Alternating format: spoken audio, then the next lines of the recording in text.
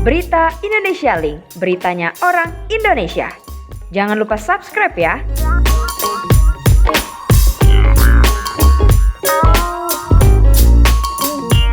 Jadi ini adalah salah satu teknologi yang baru pada penanganan aneurisma, namanya flow diverter.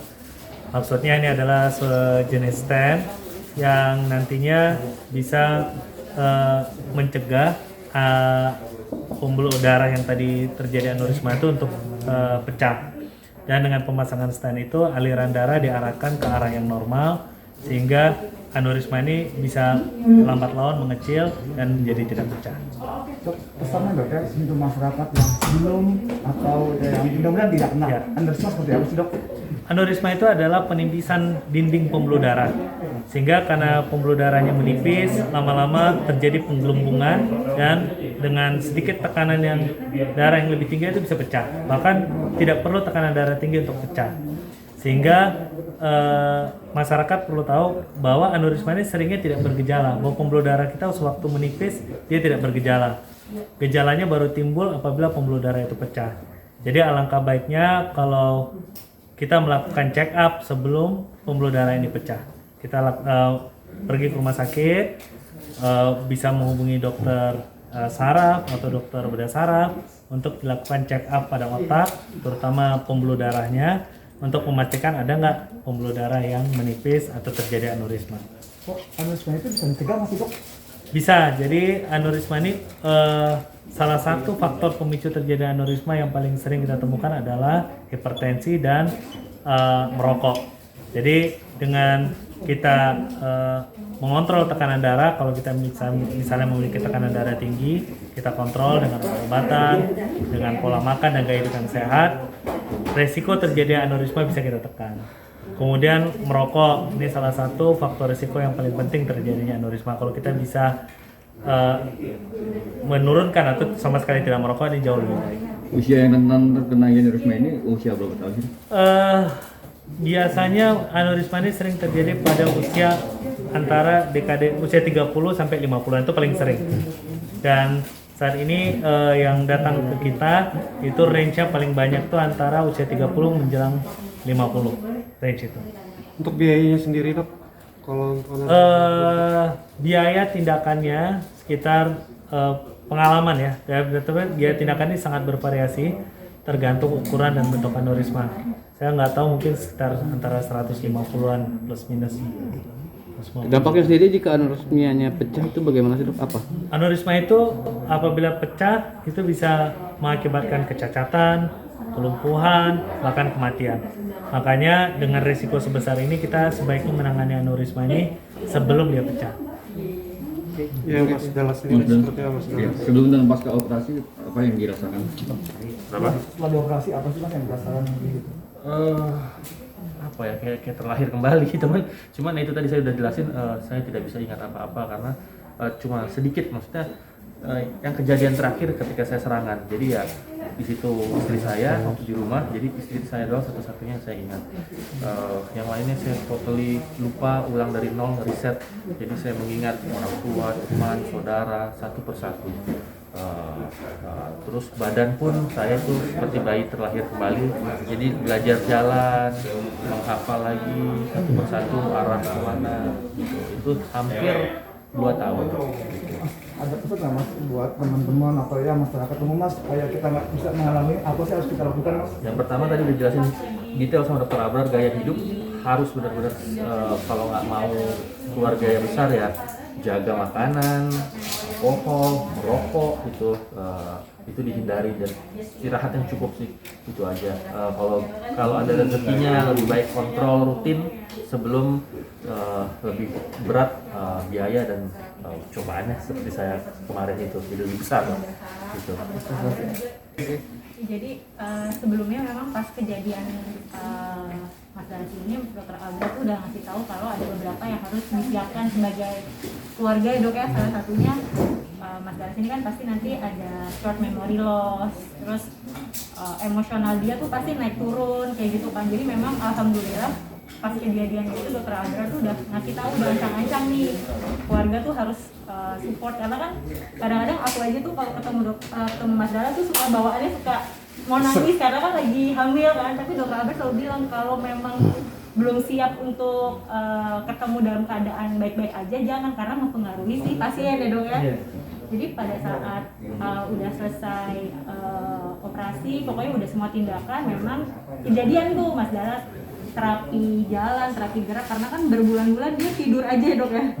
Jadi memang itu tuh memang ekstra kesabaran gitu kan, ekstra kesabaran sama kebetulan aku sama dokter Abrar tuh lumayan sering nanya, jadi waktu itu mungkin dokter Abrar bete kali ya, tiap hari aku nanyain kan, dok ini kenapa gitu kan, tapi dokter Abrar selalu bilang kan harus disupport yang baik-baik, terus kalau karena dia jatuhnya itu short memory loss, jadi recall aja apa yang dia lakuin sebelumnya, terus ini siapa lebih terapinya lebih kayak gitu ya, mungkin gimana dok? Terapi emang gitu Ya, dok ya? benar. Jadi kita berusaha mengembalikan dia ke aktivitas sehari-hari dia sebelum dia sakit, diperkenalkan lagi, belajar lagi.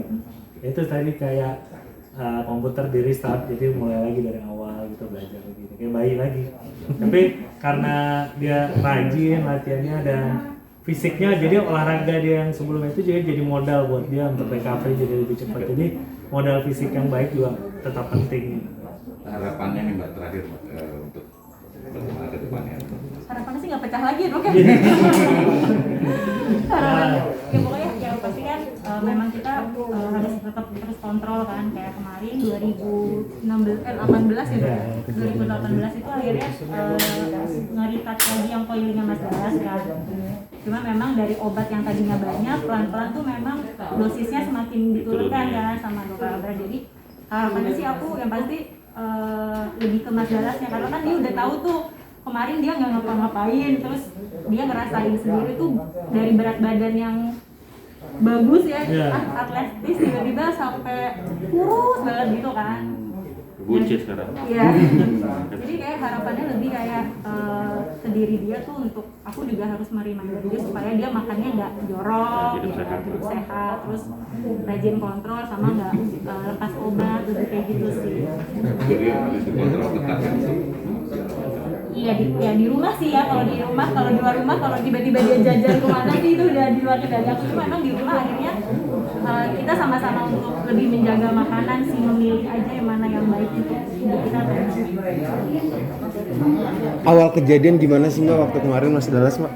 Awal kejadiannya terjadi Sampai di akhirnya ditangani sama dokter Abrar. Kejadian saya itu tadi kejadian saya pulang syuting, pusing, saya bilang minum obat, itu langsung jatuh. Bang,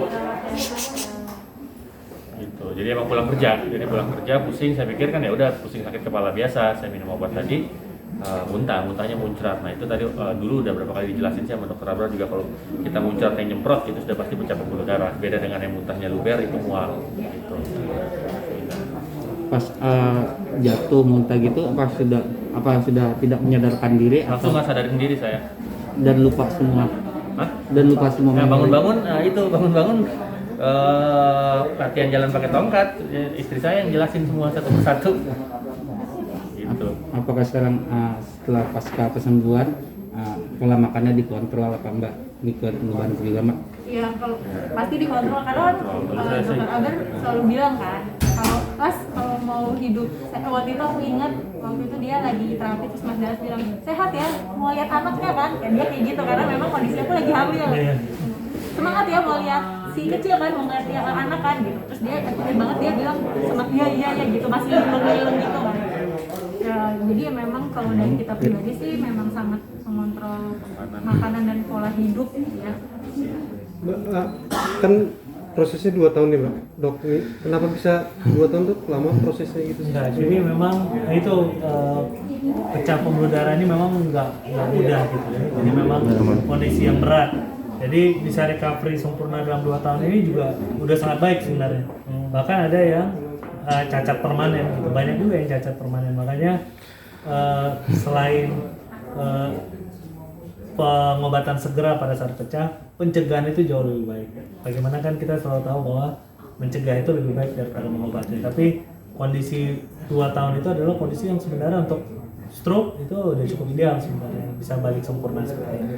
Untuk kasusnya Mas Dahlan sendiri itu tingkatannya di mana, Dok? Ringan atau middle atau bahkan Enggak, kalau melihat kesadaran pas masuk ya sedang menuju berat, ya antara sedang berat lah kondisi kesadarannya pas waktu masuk. Pada saat pecah pertama. dokter? Untuk Mas Dahlan sendiri setelah sembuh ini merasa terlahir kembali nggak sih Mas? Ya itu tadi saya bilang badan saya di reset lagi, makanya yang dulu yang jelek-jelek harus tinggalin, harus, karena kesempatannya nggak datang 2 kali katanya ya kalau di film gitu, masa ya saya udah dikasih begitu mau begitu lagi gitu loh. Terus saya nggak bisa ngeliat anak saya sampai besar, doang sih. Kan ngasih tahu ke teman-teman seprofesi hindari lah ini. Ya buat teman-teman di luar sana ataupun semua masyarakat Indonesia gitu, kalau bisa tadi sudah dijelasin sama Dokter Abrar, kontrol sebelum ada gejala yang berasa banget gitu, maksudnya kontrol rutin bulanan atau check up, general check up gitu, jangan sampai sudah ada kejadian gitu, karena akan memakan tenaga, biaya, perasaan yang lebih besar lagi gitu untuk keluarga dan teman-teman. Itu aja sih pesan saya. Dok, efek sampingnya apa? Mas Dahlan sendiri kan bilang sempat lupa sama istrinya sedang hamil. Apa itu efek samping dari Stroke, ya. Stroke itu bisa menyebabkan gangguan memori.